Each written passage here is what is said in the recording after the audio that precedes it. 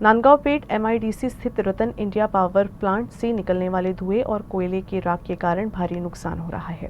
इससे गांव के छोटे बच्चों की सेहत पर गंभीर असर पड़ रहा है। इसके अलावा इस प्लांट से उड़ने वाले कोयले के धुएं से फसलों को भी भारी नुकसान हो रहा है। आम्ही या राखीसाठी समस्या घेऊन आलेलो, कारण की राखीची खूप आम्हाला तकलीफ होते। श्वास घेऊ शकत नाही आम्ही, काहीच वाहू टाकत नाही आम्ही, म्हणजे कोणचंच आम्हाला खूप त्रास आहे त्याच्यापासून।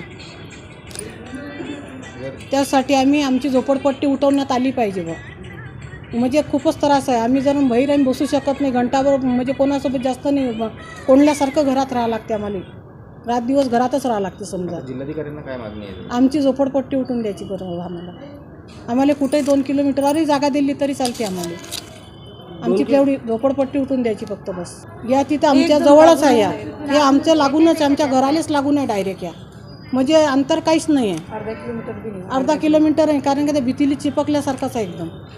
आमच्या गावामध्ये प्रदूषण होत आहे, जे आमच्या घरावर जे कंपनीची राख पडत आहे त्याविषयी मी बोलत आहे। सोप्या पॉवर प्लांट आहे, राख समस्या आहे, हे जे वरून राख पडते ना ते आमच्या घरावर, तर आम्हाला त्याच्यापासून खूप त्रास होते। आमचे अंगण काळे, आमचे घर काळे, हे पाणी बघा काळं काळं पाणी निघते त्याच्यावरून। आमच्या तब्येती खराब होऊ राहिल्या, आम्हाला अस्थमाच्या बिमाऱ्या होऊन राहिल्या सगळ्या।